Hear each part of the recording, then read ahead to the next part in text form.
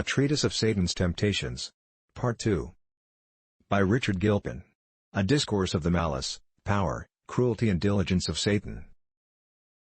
Chapter 7. Of the second way to hinder peace. Affrightments, the general nature and burden of them, in several particulars. What are the ways by which he affrights? 1. Atheistical injections. Observations of his proceeding in them. 2. Blasphemous thoughts. 3. Affrightful suggestions of reprobation. Observations of his proceedings in that course. 4. Frightful motions to sin. 5. Strong immediate impressions of fear. 6. A frightful scrupulosity of conscience. The next rank of troubles by which the devil doth endeavor to molest us, I call affrightments. It is usual for those that speak of temptations, to distinguish them thus: some are, they say, enticements, some are affrightments. But then they extend these affrightments further than I intend, comprehending under them all those temptations of sadness and terror, of which I am next to speak. But by affrightments, I mean only those perplexities of spirit into which Satan casts men, by overacting their fears, or astonishing their minds, by injecting unusual and horrid thoughts, against their consents. Some there are that have thought those temptations, of which the Apostle complains, 2 Corinthians 12:7, "There was given me a thorn in the flesh, the messenger of Satan to buffet me," were of this kind, that is, horrid injections frequently repeated, as men deal their blows in fighting. Gerson, speaking of these, tells us they sometime come from the sole suggestion of Satan troubling the fancy, and saying, "Deny God, curse God." And then adds, "Such was the thorn in the flesh given to the Apostle." But whether this was the trouble of the Apostle, or some other thing, for several things are conjectured, and nothing can be positively proved, we are sure, from the sad experience of many, that such troubles he doth often give. Which I shall first explain in the general, and then give a particular of these frightful injections. 1. To explain the nature and burden of this kind of trouble, I shall present you with a few observations about them. As 1. These astonishing thoughts are purely injections, such as Satan casts into the mind, and not what the mind of itself doth produce. As one expresseth it, they are more darting than reflecting. Not but that our natural corruption could of itself beget blasphemous or atheistical thoughts. But when they have their rise from ourselves solely, they do not so startle us. Having some share at least of our consent going along with them, they appear not so strange. But in this case in hand, Satan is the agent, and men are the sufferers, their understandings and souls being busied, all the while to repel them, with the utmost of their reluctances. And to those that do thus strive against them, making resistance with all their strength, with tears and prayers, they are only their afflictions, but not their sins. For the thoughts are not polluted by the simple apprehension of a sinful object, no more than the eye is defiled by beholding loathsome and filthy things.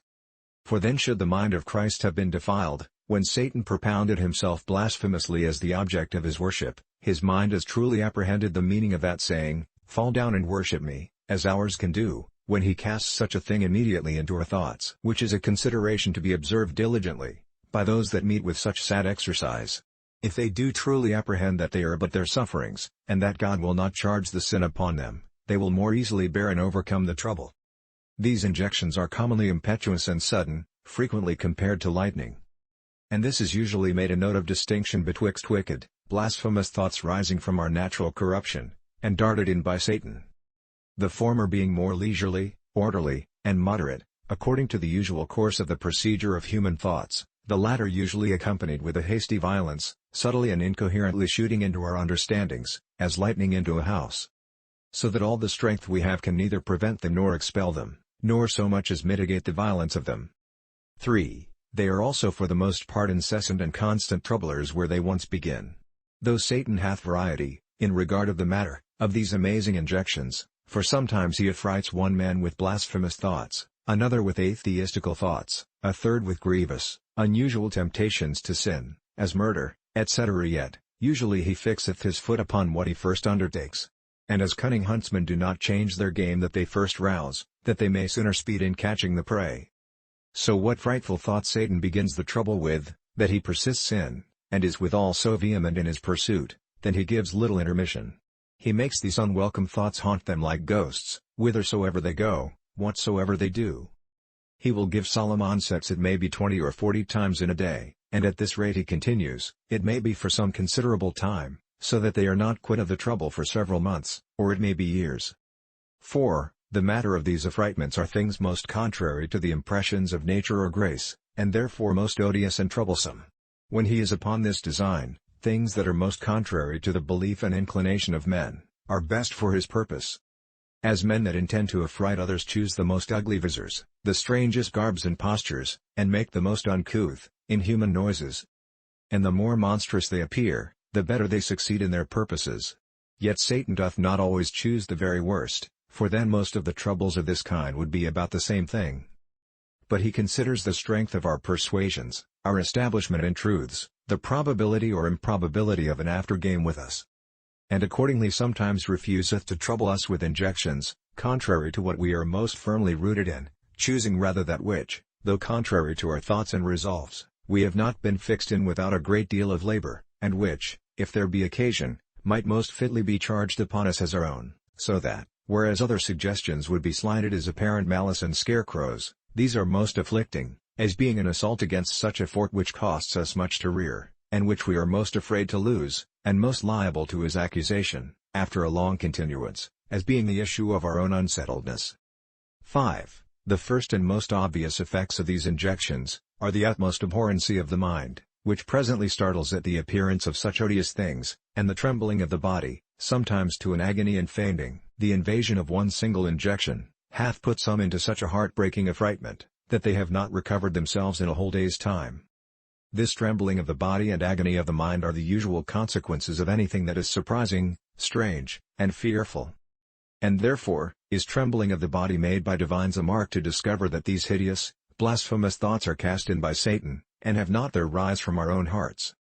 For the horror of the mind is usually so great, when it is spoken to in this language, that it cannot bear up under its astonishment and trouble. Yea, those very men that are otherwise profane, and can with boldness commit great iniquities, cannot but shake, and inwardly conceive an unspeakable hatred, at these monstrous suggestions. 6. These affrightments are more common than men are usually aware of. They are by some thought to be rare and extraordinary. But this mistake ariseth from the concealment of these kind of troubles. Those that are thus afflicted are often ashamed to speak to others what they find in their own hearts.